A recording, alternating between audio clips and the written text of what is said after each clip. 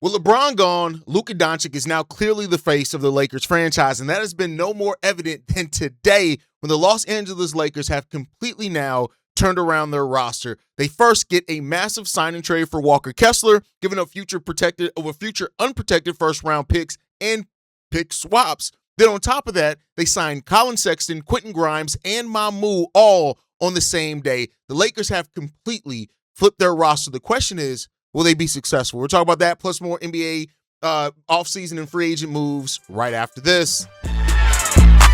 Welcome to the number one place for your daily basketball news and analysis, NBA Central. What's going on, my basketball fans? Welcome to another episode of the Full Court Podcast. I'm your host here, Haize, but more importantly, you guys can follow the show at the Full Court YT on every social media platform we happen to be on. With that said, let's go ahead and get into it. Before we get into though, 60% of you guys are not yet subscribed to the channel, but you still show up here every day for the content. Go ahead and hit that subscribe button. We've got a goal of getting to 10,000 subscribers by the start of the 2026-27 season. And with a rebrand of the show going from NBA Central to the Full Court Podcast, we're going to make sure you guys hit that subscribe button so you don't get caught behind anything. But with that said, the Lakers have now completely revamped their roster around Luka. This is a smart reset in my opinion. But it does come off in some instances like it could be a bit of a panic spending spree to make sure that they appease Luka Doncic. Now, I want to be clear on this, right? We're going to talk about all sides of that. For those that are new to the channel, the thing that we do is we talk about all sides of the argument. So we'll talk about one side, we'll flip it, we'll talk about the other side, and that way it keeps me honest as a solo content creator, and it makes the conversation more layered. So let's talk about this. Let's talk about the side that this is what the Lakers needed to do. We knew that LeBron was leaving LA. It was announced, and even before it was officially announced, it always came off like the Lakers had their goals first of rebuilding this roster around Luka, and then they'd circle back to LeBron. And one thing that Luka does need is size, shooting, defense, and players that can go downhill as well around him. That's what you need. Walker Kessler brings this team elite rim protection and a defensive identity. Now, the thing with Walker Kessler is that he's never been on a team that's tried to win. Since he was drafted by the Utah Jazz, they have been in a state of tanking basically ever since. And now they turn around and they get Walker Kessler in here. They get him from the Utah Jazz for unprotected first-round picks in 2031 and 2033 and first-round pick swaps in 2038 and 2030. That means that the Lakers have no tradable first-round picks or assets, I think for 6 or 7 years, something like that. He signs a 4-year, $130 million deal. The money on the deal is not the problem, at least not to me. I think that the money that he's getting on the deal is about what you expected him to get. So that's not a big shock there. The $130 million does not shock me at all. They gave him the full 4 years that they can give him at $32.5 million AAV. It doesn't shock me there. I think that that's a value signing for Walker Kessler, but giving up so much of your future. The way that I tend to look at this is this though. The Lakers got Luka Doncic without really giving up a lot of first-round picks, right? Like, I think you got to keep that in mind. And so now they basically gave up the picks that probably would have and should have gone in the Luka Doncic trade to now build around Luka. And I think when you frame it and look at it like that, it does add a different perspective on it just a little bit, right? And so that's the way that I look at it. Keep in mind, Luka Doncic was traded for Anthony Davis, Max Christie, and a 2029 first-round pick. That's it. That's what went in that trade. And so when you look at it in that framework is that the Lakers should have given up a lot more first-round picks for Luka than what they did, but they didn't. So now the fact that they've played a little bit more loose with those first-round picks, I'm not necessarily mad at that at all. Like, I think that, when you look at it all together in that sense, and so you're basically saying that for Luka, right, for your first-round picks, out of the first-round pick you traded for Luka, the 2 unprotected first-round picks that you traded here, you got Luka Doncic and you got Walker Kessler, and you got that out of it. And I think if you would have looked at that trade that way, and of course they got Maxi Kleber and Markieff Morris in that trade as well. But if you frame it that way, I think you got to look at that as like, okay, like, and again, maybe that's just my brain trying to rationalize it. I know not everybody, especially people who hate the Lakers, aren't going to look at it that way, but you look at it that way. I think that, Walker Kessler gives you something. Collin Sexton gives you a scoring punch off the bench that can score off pressure off the dribble, that can get downhill as well. Collin Sexton is a player that, I think in a winning situation, you're going to see him kind of focus in a little bit more. He has had some bad seasons as well, but I think people forget at one point in time, before the initial trade that sent him from the Cleveland Cavaliers, Collin Sexton was viewed as a really solid scoring guard. And so now he has a chance to get back to that. Quentin Grimes adds shooting, perimeter defense, a little bit more size there as well. And then with Mamu, you're getting that front court skill and the versatility that he brings to the basketball court. Now, the side of this that the Lakers may be overreacting some. It's a lot of money, a lot of draft capital to give up to build this team. And while I'm in the mindset that you got to give up something to build a championship team, you're just not going to do that based off just salary cap alone. You got to usually pay to get that done. The 4-year, $60 million deal for Quentin Grimes, I think that's right along what you expected his value to be right around. So I think that's good there. $15 million per, that's mid-level exception money for him. Mamu gets a 4-year, $52 million deal, which I guess you can say is maybe a little bit more expensive than what you probably expected to pay for Mamu. But $13 million, I'm not really looking at that like it's some huge like overpay either, when we just saw guys like Jock Landale go for $14 million as well. And then Collin Sexton's got a 2-year, $19 million deal. I'm not looking at that as something terrible either for the $9.5 million deal. So that's around what the non-taxpayer, the room exception would have been. So I think that they signed those to those level deals, which kind of makes it a little bit more sense, but they still give up a lot. Sexton and Grimes definitely help, but I do think neither one of them is looked at as a star. They got no stars out of this other than if you think Walker Kessler is going to be able to turn the one now being on a winning team.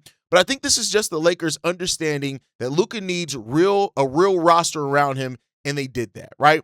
And the Walker Kessler, Luka Doncic fit, that's what you have to look in regards to this, right?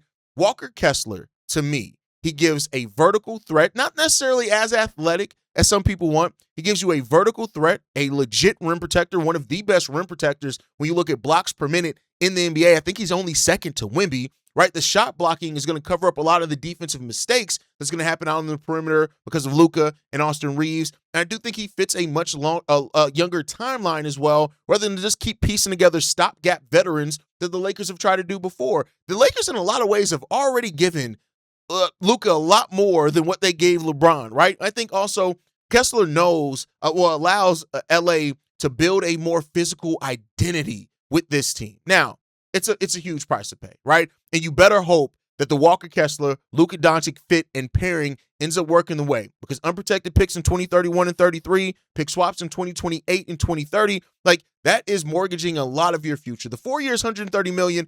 I'm not worried about that. I think that is a huge commitment for a center of Walker Kessler's age, but that's around what you expect to pay for centers like that. But, he's also a center that doesn't create his own offense, so you're going to make sure that, he doesn't become an expensive role player. But I think when you look at Walker Kessler, like I said, I think defensively he shows a lot. I think there's more ability to switch out sometimes because he knows how to use his size and his length, and we'll see, right? But I do think this, if for some reason Luka ever leaves LA and this roster disappoints, that pick going away, those picks going away, it's going to be very painful if that ends up happening. But that's a break glass in case of emergency type situation. The basketball fit here is easy to me. The asset cost is where it gets debatable with this. But if it ends up working and the Lakers make some real noise in the Western Conference, then I think they'll be perfectly fine and suited, that they're not even going to worry about those picks. Now, I do think one thing that we could say here is that now that the Lakers have signed Walker Kessler, that took one of the potential places for Jalen Duren to go, because it had been reported that Jalen Duren did meet with the Lakers. So the Lakers did choose Walker Kessler over Jalen Duren. He fits the same front court need. The Lakers already used their picks to get him as well. With Duren being restricted, it means that Detroit still controls the situation. And Walker Kessler was restricted too, for all that matters, right? But now it was a cleaner path for Walker Kessler to get there because of the situation between him and Utah, and that's what it came down to. I think in regards to this too, now it leaves Jalen Duren in a situation where Jalen Duren plans to meet with the Kings and the Pistons to use them as leverage.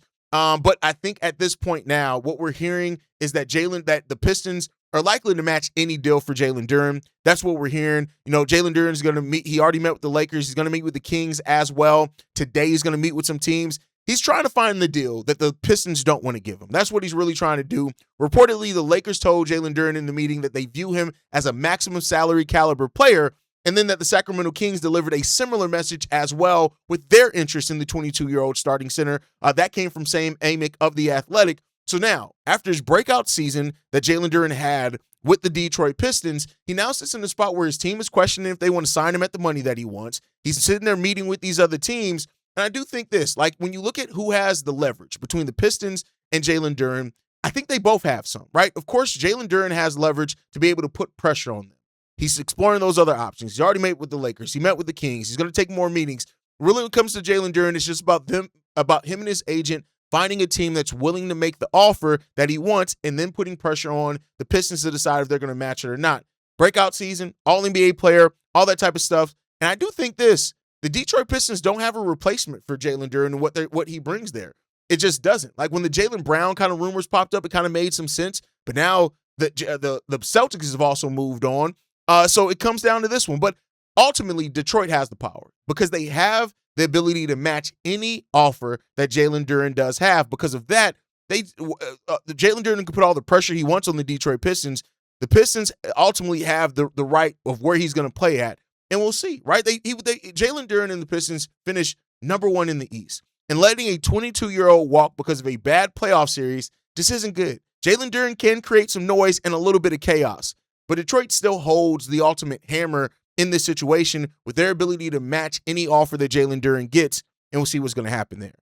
But talking about Detroit ended up signing John Collins to a deal, which I think even points more towards with John Collins and his ability. I'm not the biggest John Collins fan. I want to be clear here.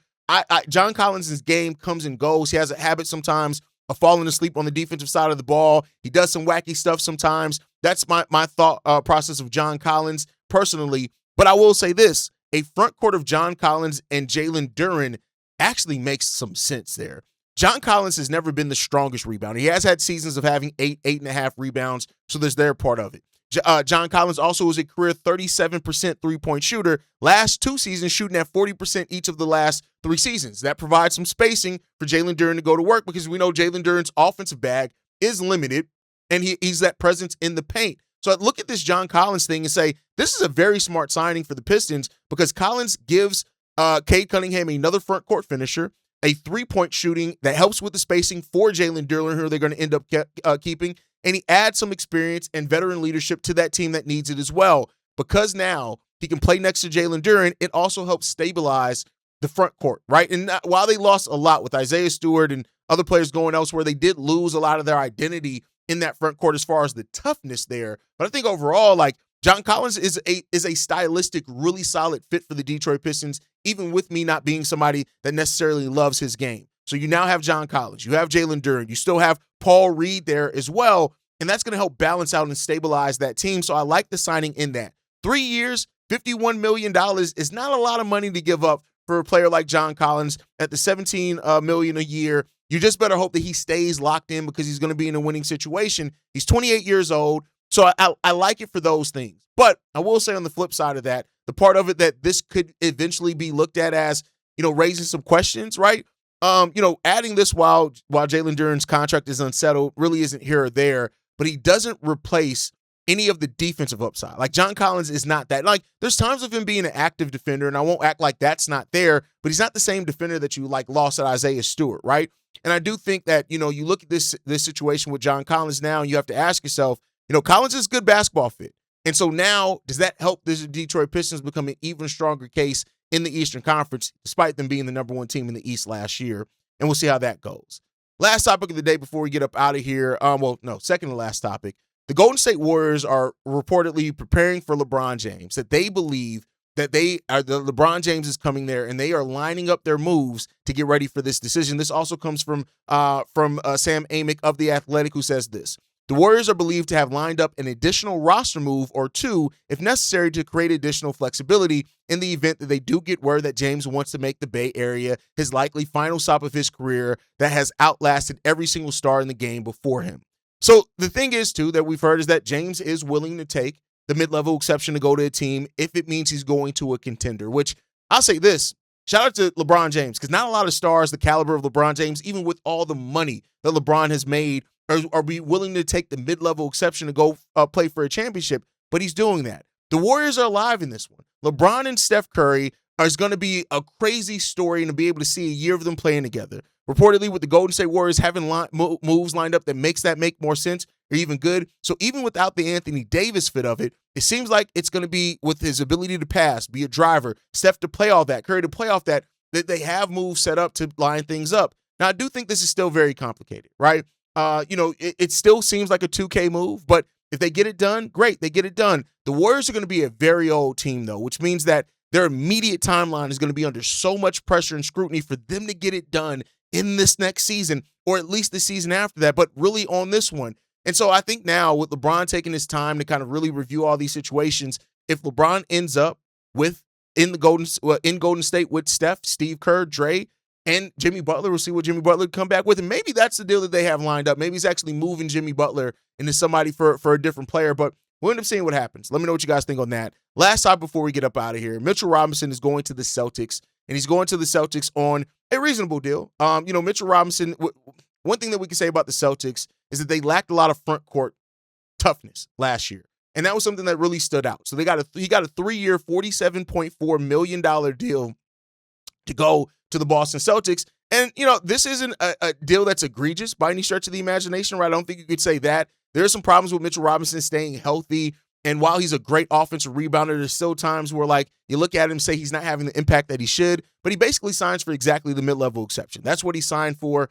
And we know that the Celtics were prioritizing making moves and additions in their front court this offseason before all this Jaylen Brown nonsense popped up. It's kind of died down some, so hopefully they're going to kind of just focus on rolling this thing, letting winning solve everything. So with adding Mitchell Robinson, you now have him. You have Queta as well that are going to be those guys up front. You still got Luke Garza as well. You drafted Chris Nett Jr. also. So now, and Amari Williams last year too, I almost forgot about him. So you have some more depth there, and you're going to hope that some guys develop. You still got Derek White. You got Jaylen Brown. You got Jason Tatum. You got Haize in there as well. Peyton Pritchard is still on the roster. So the Boston Celtics seems set up. The question now becomes about how far can they really go? And I've learned to not doubt the Boston Celtics anymore. I doubted them coming into last season. They were able to stay a top 4 team in the East for almost the entirety of the season, even without Jason Tatum, and while they had questions going up and down their roster. So I've learned to stop questioning them and just let it come where it goes. So we'll see what ends up happening there. But for what it's worth, it's been a very eventful couple of days already, even though the first day NBA free agency started off a little bit slow. Let's see where it ends up going. Let me know your thoughts down below. How do you feel about the Lakers' new reset with their roster? Do you think this is going to be able to allow them to make moves in the Western Conference? Or do you think they paid a little bit too much for a team that's going to be a playoff team, but maybe that's about it? Let me know what you guys think on that. And how do you think the Pistons are doing and handling this Jalen Duren thing? And do you think him and John Collins will actually be a pretty solid front court together when it all gets done? Drop your thoughts down in the comment section down below. Make sure you guys like the video, subscribe to the channel, hit that notification bell so you never miss an episode or an upload. You can follow us at the Full Court YT on every social media platform. You send us any feedback, questions, comments, concerns, NBA Central Show at gmail.com. And then lastly, if you want to leave a text message and our voicemail for the mailbag, the number to do so, 773-270-2799. We're the #1 spot for everything basketball and NBA related. And I'll catch you guys the next time I feel like making a video. Bye tomorrow. Peace out. Been a presentation of the Breaks Media.